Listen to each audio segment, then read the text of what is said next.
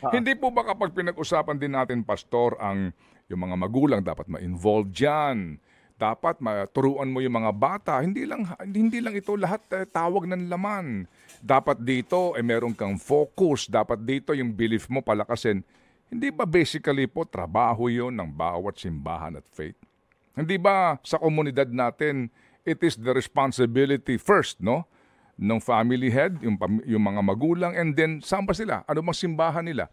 Hindi ba dapat doon din po yata doon, hindi kaya ito, Sir Pastor, ay maari sabihin na nagkukulang din itong faith groups na ito para doon sa pagtuturo sa kanilang flock, ano man pong sektang kanilang kinabibilangan, kaya hahantong pa tayo sa ito'y kinakailangan ituro sa mga silid-aralan, aralan po, Pastor?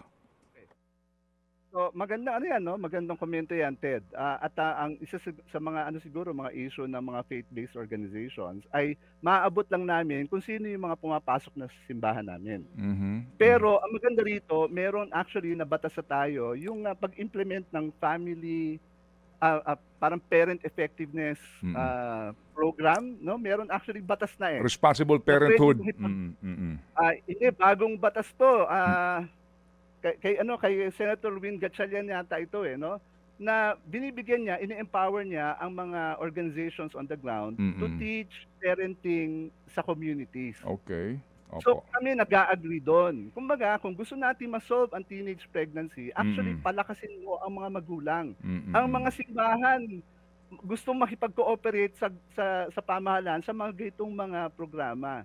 Ang Okey, problema limited na resources ng ano, ng mga simbahan. Ang mm. gobyerno bilyon, trilyon Yes, ang sir. pondo. Opo, Kung magtutulungan ang private sector, ang mm. simbahan, mga magulang at ang pamahalaan, alam mo malaki yung magagawa natin. Ayaw lang namin maitsapwera kami. Okey, Ayaw opo. namin hindi kami sinasangguni. Okey, Ayaw opo. namin na during technical working committee hearings hindi Hmm, kami opo, naimbitahan. opo, Yan opo. ang issue namin.